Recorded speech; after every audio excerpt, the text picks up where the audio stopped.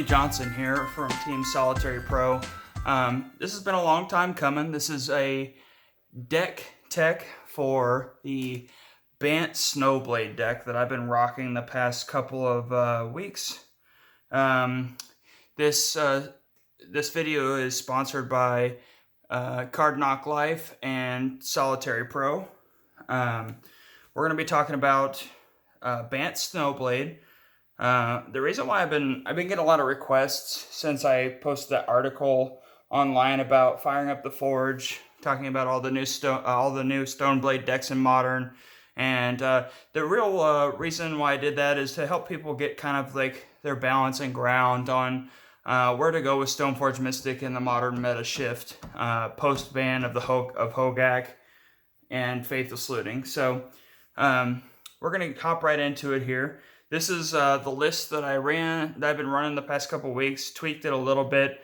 3 consecutive 5-0s in smaller tournaments. So we're just going to get right into it. This is a blue-based Stoneforge deck. A lot of the Stoneforge decks that have been running around are either omitting blue entirely or just playing like blue-white. The blue-white Stoneforge Mystic deck has been a bit lackluster for me. So I decided then to explore a proactive strategy. So adding grain gives you a lot of that stuff. So you see we've got Noble Hierarch and a couple copies of Birds of Paradise, and then we've got the Icefang Codals. Can't say enough about that card. It's been really well positioned, especially in the creature-based matchups. I want to talk a lot about Giver of Runes. Giver of Runes has been pretty much, it's just been the most busted card in my deck. After tuning it for a while, I've decided that Giver of Runes is a card that I really want to build most of the deck around. Also, as most of you know, that Throne of Eldraine is officially Modern legal, officially legal in all formats. So we got Oko, Thief of Crowns. There's been a lot of rave going around about where this card belongs in Modern, so I've been testing it out, and it's been really good. There's just been a lot of synergies with Spell Queller and Deputy of Detention, as well as just rounding out your top decks, kind of mitigating the bad dork top decks in the grinding matchup, turning them to 3/3s, trading your food and your weaker cards for your opponent's cards. So it's a kind of a jack of all trades. That's kind of like the whole deck. Just a bunch of really well positioned and versatile cards. So we decided to play Force of Negation. A lot of you know me. A lot of you know that I'm known for blue-white decks, especially pre Stoneforge Mystic. I've done really well with a lot of the blue-white miracles and control variants. So it's in my nature to play a little bit of permission in my decks. So there's no difference here. So you see the sideboard. We've got a couple copies of Ashiok, Dream Render for the big mana decks, coupled with Collector Oof for all the artifact decks, the Urza's Outcome deck. We've been testing it out. It's really pulled its weight against decks like Tron and traditional Urza. It's a little bit less so in the Urza's Outcome deck. So you see a couple copies of Disdainful Stroke and a Unified Will. I've decided that I think that most of the counter spells that you want to be bringing in post board are against big mana. There are less.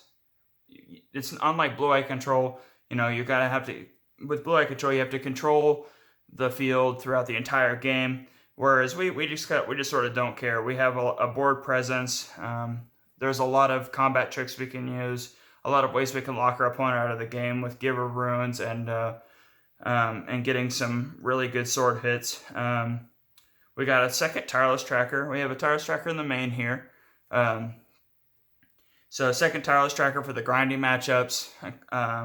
Got 10 fetches, sporting 10 fetches to give that a little extra flair. we have a third Oko, Thief of Crowns. The reason why I have the third Oko is that it kind of fits, like we said, like I said before, it fits the Jack of all trades spot. It's really good in the grind against decks like Jund, where it's all about value and gaining life and building raw card advantage and resources. Thief of Crowns and Tireless Tracker do that really well. Also, it kind of fills out. You notice there in the deck, there's no Knight of Autumns. The Knight of Autumns have been replaced with 3 redundant copies of Core Firewalker. Just not really messing around with the burn matchup. And the Thief of Crowns kind of fills that slot where I kind of wanted something for the Stoneblade mirrors that I could come in and like shatter a sword, something like that. It's not, a shatter effect isn't quite as relevant against Urza's outcome as opposed to the regular Urza deck. So that's sort of why you're seeing this here. Also, the Sword of Light and Shadow. It's the second sword in the deck. I've got the Feast and Famine in the main because I think that card is just insane, especially against matchups where you're trying to deplete your opponent's resources. And Pearl Green and Black those are very relevant colors to have protection from in this meta, especially on the ground. There's a lot of green little duders running around. This selection is certainly interchangeable. You could obviously play the Light and Shadow in the main, or you could play a Fire and Ice.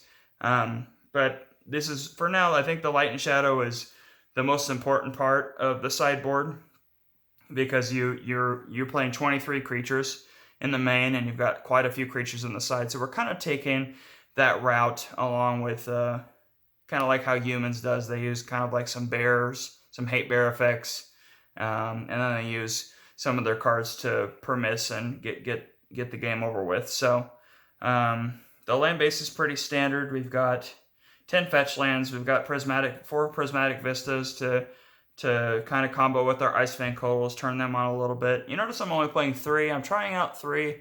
I think that 4 has felt a little too many for me, and I always end up cutting 1 in a lot of matchups. So I figured I'd just replace it with the Tireless Tracker here. I do believe we have 18 blue sources of the main for Force of Negation. That's a little on the thin side, but like I said previously, there's a lot less you want to counter with this deck. You're not trying to counter every spell that comes down. You're just trying to counter the ones that are most relevant. So you should have some time to mitigate that. The fetch lands, we've got 3 Misties, 3 Windswept Heats, 3 Shock lands of our colors, 3 Razorverge Thickets, 1 Horizon Canopy for fast mana, because a lot of our turn 1 plays are green and white. And then you always want to have white on turn 2 in case you have Stoneforge Mystic, so you want to be more green and white oriented. Then blue's sort of our supplemental color. And then you've got 5 basic snow lands. So you've got 2 snow-covered forests, 2 snow-covered plains, and 1 snow-covered island. All right, guys, so now we're going to talk about the core of the deck.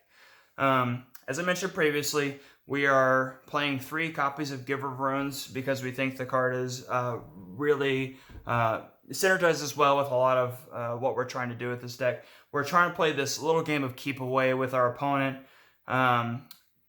denying them resources whenever is convenient for us. We're also trying to exploit weaknesses and previous soft answers in cards like Spell Queller and Deputy of Detention by making them hard answers or permanent answers to cards that you're trying to deal with in a game. So in previous Spell Queller decks, you queller a spell, and then you queller another spell. You have 2 or 3 quellers in play. Everything's going great, and then boom, your opponent top decks a kill spell, and then it just sets off this awful chain reaction that is pretty much devastating to your game plan and ends the game on the spot. And a lot of the times, so it's just such a big tempo swing because your opponent's effectively casting like a ton of mana worth of spells all at one time. That sometimes they have targets, sometimes they're permanent. So it's just a lot to overcome. It feels like you're trying to build this glass house this house of cards, if you will, and then your opponent's just got to like flick it over with one fortunate top deck. And I don't think that's the game plan we want to be playing. So we're playing Giver of Runes and Teferi Time Raveler to combo well with Spell Queller. As a lot of you know, Teferi Time Raveler is insane. It's probably on the top 5 list of best planeswalkers ever printed. We also have another one that we're going to talk about that a lot of people are raving about, an Oko. So we'll get that in a minute. Teferi Time Raveler denies your opponent to play at instant speed. When you have permission spells and you have cards like Spell Queller, this is a very strong effect to have. Also, it keeps the card underneath Spell Queller exiled if it were to be removed or bounced from play. So that's pretty insane. If you can Spell Queller a card and then buy it back with Teferi Time Raveler by bouncing it and drawing a card, and then now you have the spell underneath it no longer exists, and then now you have another Spell Queller for the next card. So it's pretty insane. It's a 2/3 hard counter spell to a lot of your what your opponent's trying to do until you answer Teferi. And for a card that comes down on turn 2 in our deck, having 5 loyalty, it's pretty tough to answer that card throughout the game. And sometimes your opponent puts a premium on a card like that, and then you're just running them over with creatures and your primary game plan with Stoneforge Mystics. So a lot to be desired here with the blue cards that we're talking about. Our Force of Negations. As I mentioned before, we put a premium on the card on a free negate on Force of Negation. In Modern, I think it's one of the most important cards to come to a tournament with nowadays. So this deck is no different. So we're playing 3 copies in the 75. So what we're going to talk about next is we're talking about Oko. Oko has impressed me quite a bit. Like I said before, this deck, this list that I'm playing, I've got 3 consecutive 5-0s with it. So I think that Oko is a really strong inclusion to this deck because it kind of feeds into what we're trying to do with our core here. It synergizes well with a card like Spell Queller and cards like Deputy, because if you make them Elks after they come down and answer the card in play, their leave the battlefield effects no longer are present. So the cards underneath them are permanently dealt with. So that's a lot to be desired there.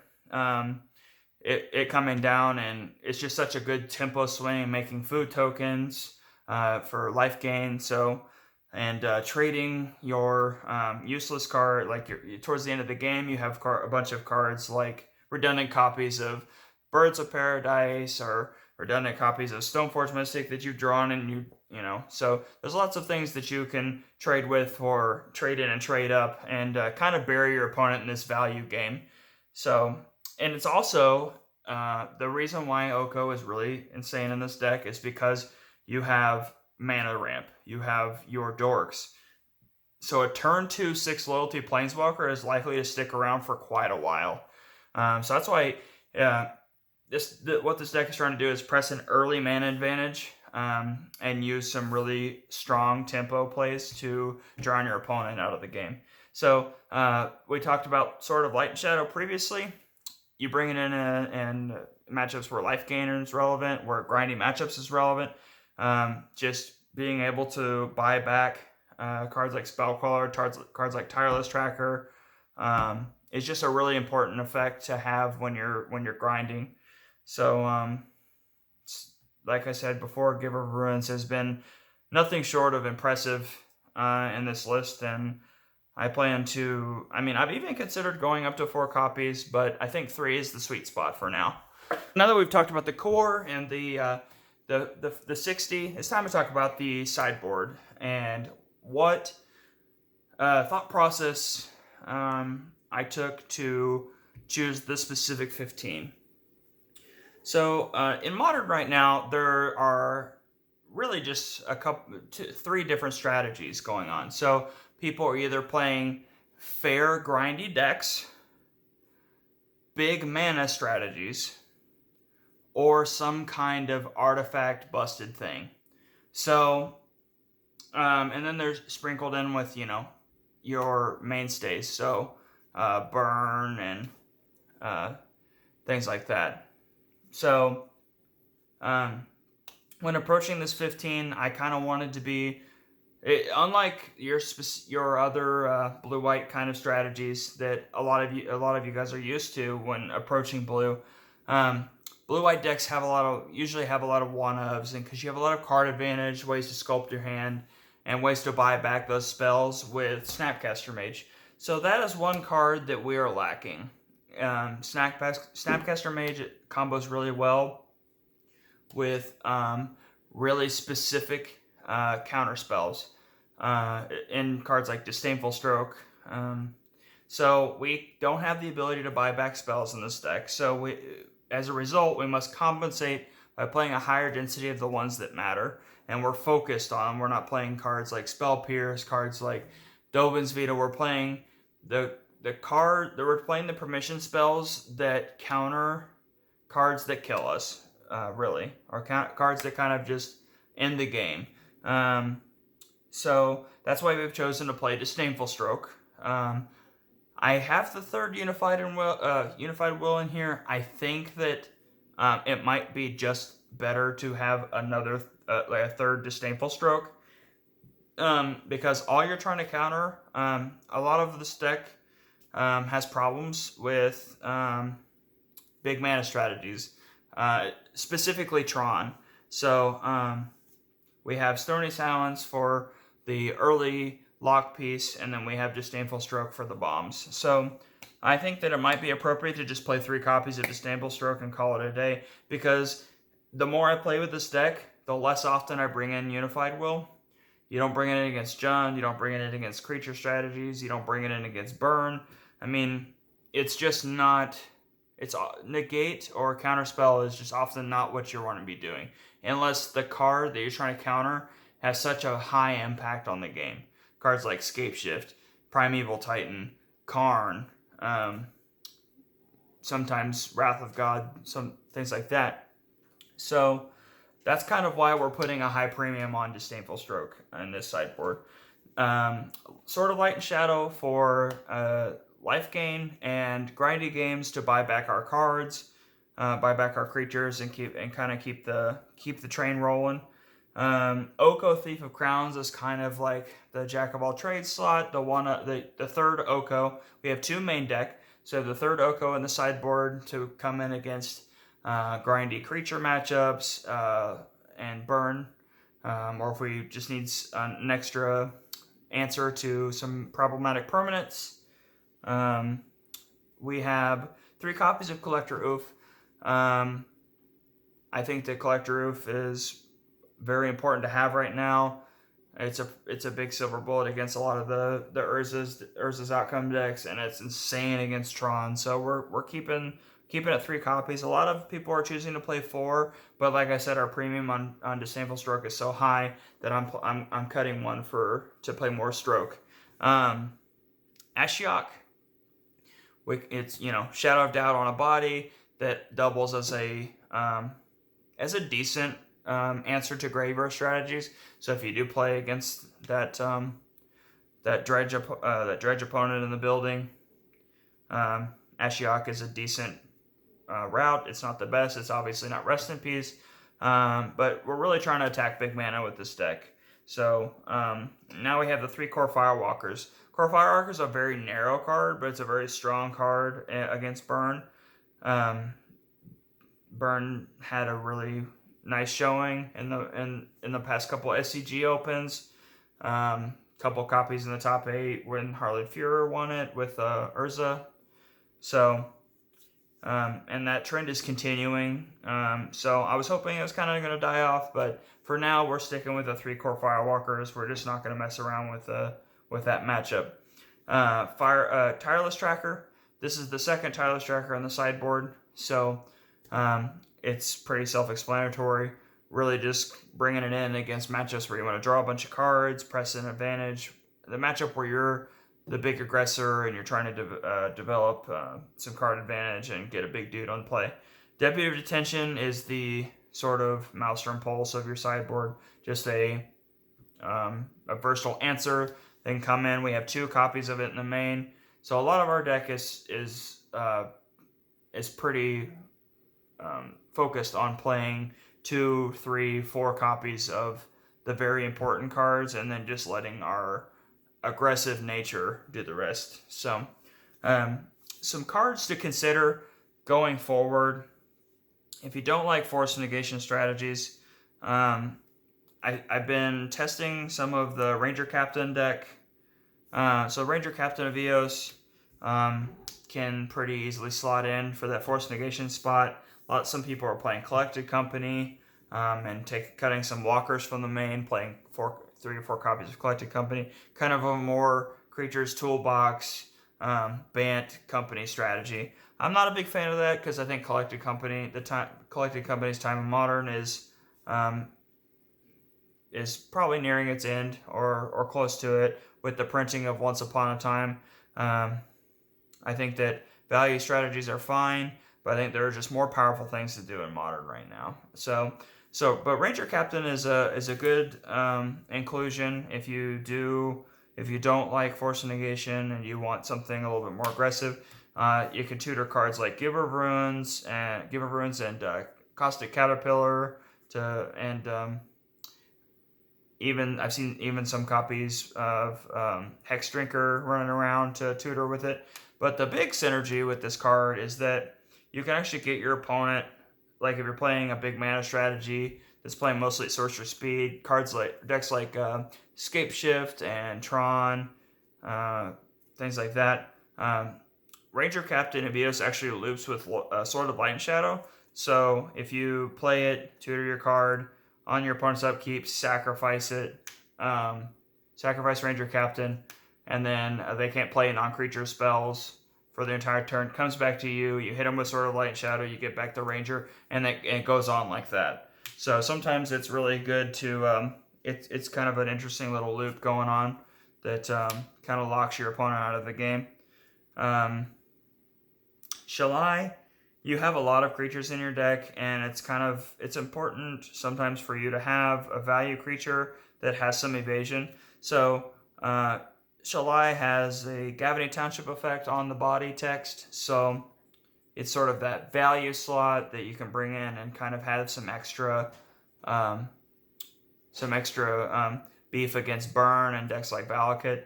I'm not quite sure if it's good enough. I've been testing it. It's been okay.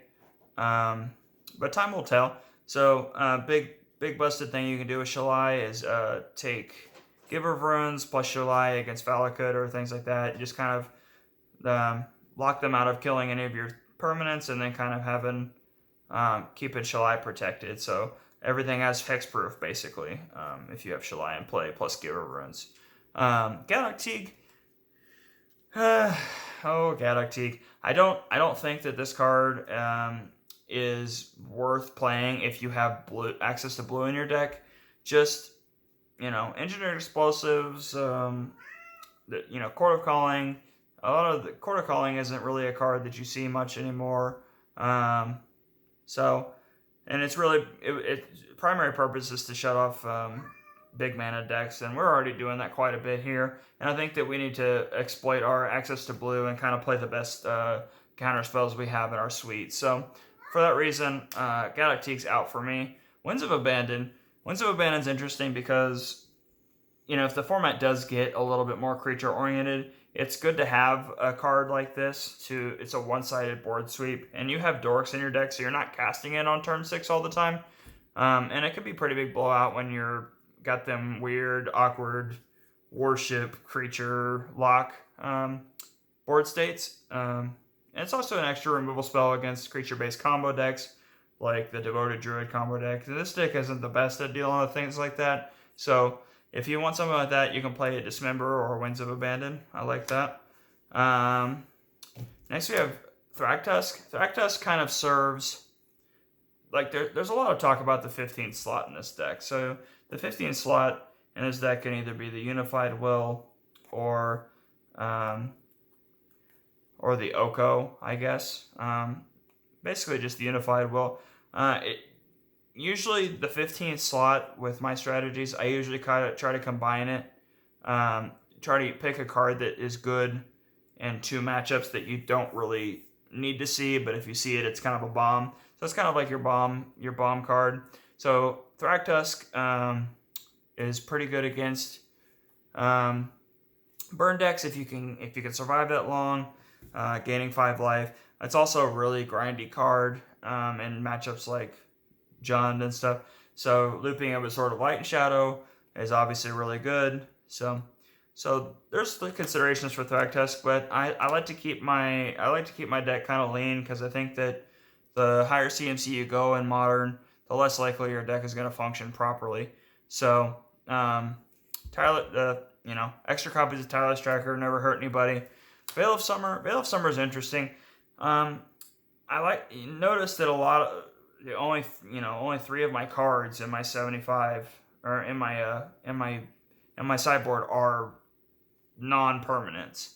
So like there's a reason to choose Collector Oath over Stony Silence and so on and so forth. So Veil of Summer is a good card to have in green decks, but I don't think this is the best fit for it. I think if you're playing a more control strategy with Planeswalkers, Akram's Astrolabe, if you're trying to be more spell-oriented, then Veil of Summer is definitely for you, especially if you're playing Snapcaster Mage. It's basically a cantrip a lot of the time. So Veil of Summer is pretty decent.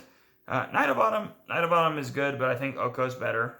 So I think I'm off Night of Autumn for the time being, at least for as long as I'm playing Oko and 3 copies. So thank you guys for watching. I hope this was helpful. In the comments, I'll be posting the deck list. Don't forget to check out keep up to date on Solitary Pro's Twitter, and you can follow all of us. We put out a lot of content, so go check out Card Knock Life. Go check out Solitary Pro. Putting out lots of good content lately, and I'll see you next time.